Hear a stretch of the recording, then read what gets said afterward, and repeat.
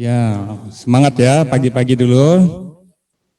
Untuk hari ini, materi kita akan berlangsung kurang lebih 60 menit, mulai jam 10.05 sampai sekitar jam 11.15 menit. Sedikit agak diperpendek.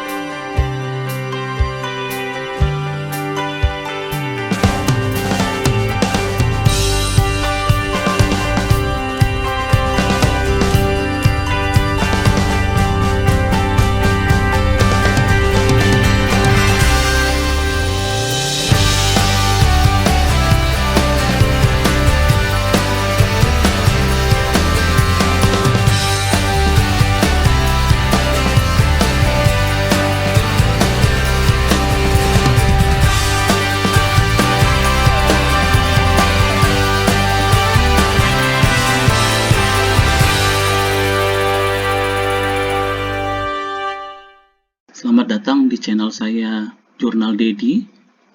Untuk yang pertama kali bergabung dengan channel saya, tidak ada salahnya teman-teman untuk like, komen, dan subscribe di akhir video ini.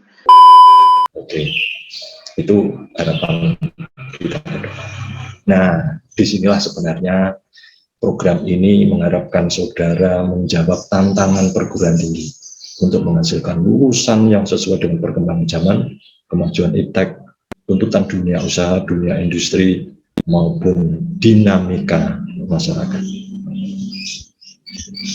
Jelas tujuannya adalah hak belajar saudara itu ada 3 semester ya di luar prodi, manfaatkan untuk menyiapkan saudara menjadi pemimpin masa depan bangsa yang unggul dan berkepribadian. Program-program experiential learning ya, artinya belajar dengan pengalaman lapangan ya. Jadi belajar dengan sumber belajar yang tidak hanya di dalam kampusnya sendiri. Ini sangat fleksibel dan mahasiswa akan terfasilitasi. Tentunya ini akan sesuai dengan bakatnya. Nah, ini saudara-saudara mahasiswa, tawarannya ada sekian banyak bentuk kegiatan. Pertukaran pelajar, ya saudara bisa mengambil pertukaran pelajar, saudara bisa ke perguruan tinggi lain juga belajar di perguruan tinggi, di mana ada terjadi pertukaran baik di dalam negeri maupun luar negeri. Ya, mahasiswa perguruan tinggi sekarang sudah banyak melakukan ini di semua perguruan tinggi, baik dalam dan luar negeri. Ya, mahasiswa UNES banyak yang ke luar negeri, termasuk yang olahraga, ada yang di Asia Tenggara, ada di Asia dan bahkan ke Eropa. Ya, kerjasama keluar itu yang harus selalu ditingkatkan. PGRI saya kira punya program itu juga. Lalu ada magang praktek kerja, masuk dalam sebuah perusahaan industri, saudara magang di situ. Nanti dihitung kira-kira SKS-nya yang bisa disetarakan dengan mata kuliah yang ada. Mau 10 SKS, mau 20 SKS, mau 40 SKS selama 2 semester, mengapa tidak? Ya, mengapa tidak? Ini ada sebuah kebebasan mahasiswa untuk belajar di luar. Asisten mengajar di satuan pendidikan, ya, ini kayak semacam membantu guru ya di dunia sekolah, di dunia pendidikan, saudara praktek mengasisteni guru-guru yang ada di sekolah. Ya kalau memilih ya sekolah-sekolah yang maju, ya sekolah-sekolah yang internasional begitu, biar tambah pengalaman. Jangan sekolah yang apa adanya, tidak ada artinya nanti. Ya, sekolah yang maju dan tidak di Kaltim, nah begitu. Ya, jangan hanya mencari nyaman saja yang tidak ada tantangan, tidak dapat apa-apa nanti. Ya, penelitian riset bagi mahasiswa yang punya passionnya di riset bisa ya melakukan penelitian-penelitian bekerjasama dengan lembaga-lembaga riset yang ada di masyarakat, banyak, pemerintah banyak. Ya, mahasiswa kan pasti adalah ya, yang suka meneliti ya. Saya kira bisa bekerja sama dengan itu, dan saudara bisa dihargai SKS-nya.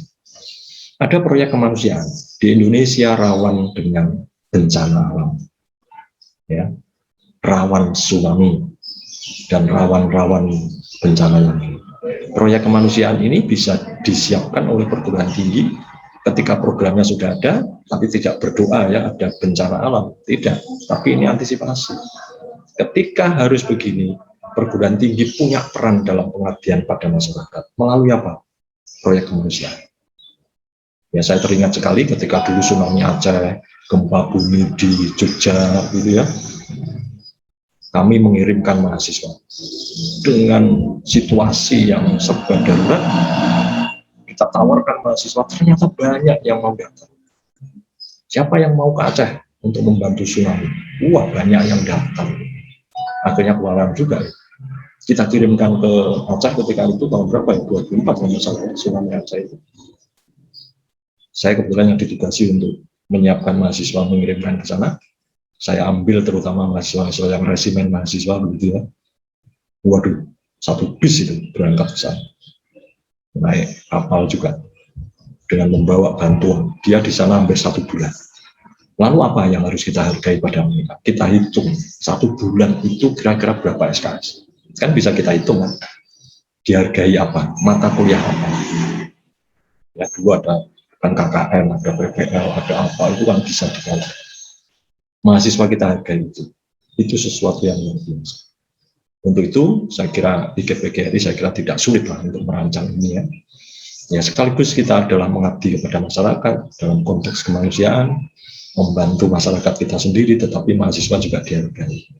Pandemi misalnya sekarang COVID, mahasiswa kami yang dari ilmu kesehatan masyarakat, wah banyak ini sebagai relawan-relawan yang dia terjun ke masyarakat membantu terkait dengan protokol kesehatan dan di rumah sakit, di masyarakat, di daerah-daerah isolasi ya, yang terpapar COVID. Tinggal menghargai aja mata kuliah apa yang terkait dan sebagainya.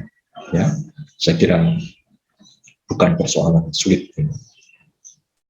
Lalu kegiatan wirausaha, saya kira banyak ya, kewirausahaan, mahasiswa belajar banyak juga dengan industri dan sebagainya yang ada di sekitarnya dalam konteks kewirausahaan.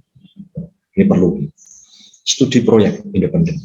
Barangkali perguruan tinggi bisa bekerja sama dengan lembaga-lembaga terkait dengan proyek tertentu ya, untuk membuat semacam produk teknologi dan sebagainya, ada sebuah proyek besar ya, dan sebagainya. Itu saya pikir juga bisa dirancang. Ini biasanya untuk teman-teman dari teknik ya, ada proyek-proyek membuat mencipta produk-produk unggulan dan sebagainya, ini bisa diakui ya untuk melibatkan dunia luar juga. Lalu yang terakhir adalah membangun desa. Ini semacam KKN ya, kuliah kerja nyata tematik yang punya tema. Mungkin IGPGRI punya desa binaan di Kaltim. Di mungkin pulau-pulau terluar pinggiran Kaltim itu kan masih banyak ya yang ada daerah-daerah desa-desa yang tertinggal barangkali. Bisa saja Kaltim membuat IGPGRI Kaltim membangun desa dengan desa binaan, itu bisa menjadi ajang mahasiswa berkiprah di dalam konteks MPKM, dan masih banyak lagi ya, masih banyak lagi. Pilihan ini banyak, tapi tentunya semua dikembalikan kepada kesiapan perguruan tinggi, kesiapan prodi, mana yang menjadi prioritas, mana yang bisa dilakukan. Nah, nanti mahasiswa ya untuk berkoordinasi dengan perguruan tinggi. Ini yang tadi saya sebutkan, saudara nanti terlibat masuk di MPKM itu berapa lama ya. Ini hitungannya ya, SKS-nya.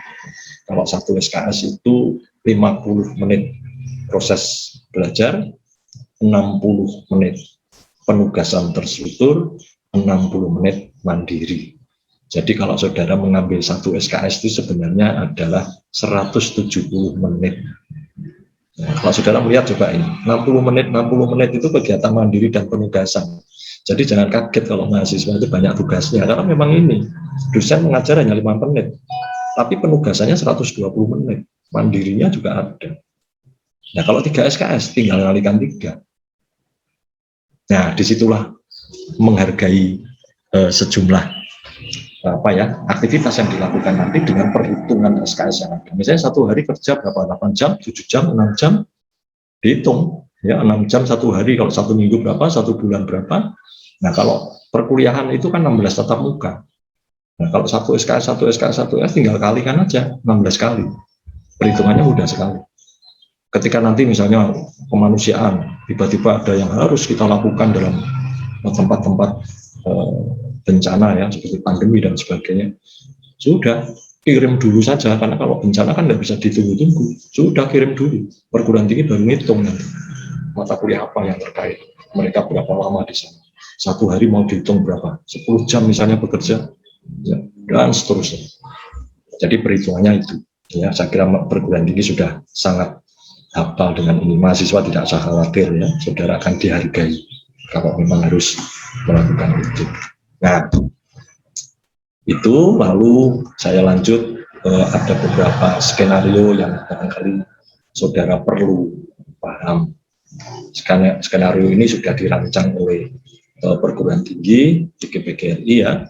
Kalau skenario 1 model 1 ini kan biasa saja lah, kuliah ya, terus sampai 8 semester saudara lulus selesai mengikuti perkuliahan reguler gitu ya. Saya mengatakan nggak ada tantangannya ini ya, mahasiswa kalau mengambil non MBKM itu mahasiswa yang tidak berani berbuat yang lepas dari zona nyaman gitu ya. Ayo mahasiswa ya, mahasiswa sekarang harus berani lah tidak mengambil program ini ya.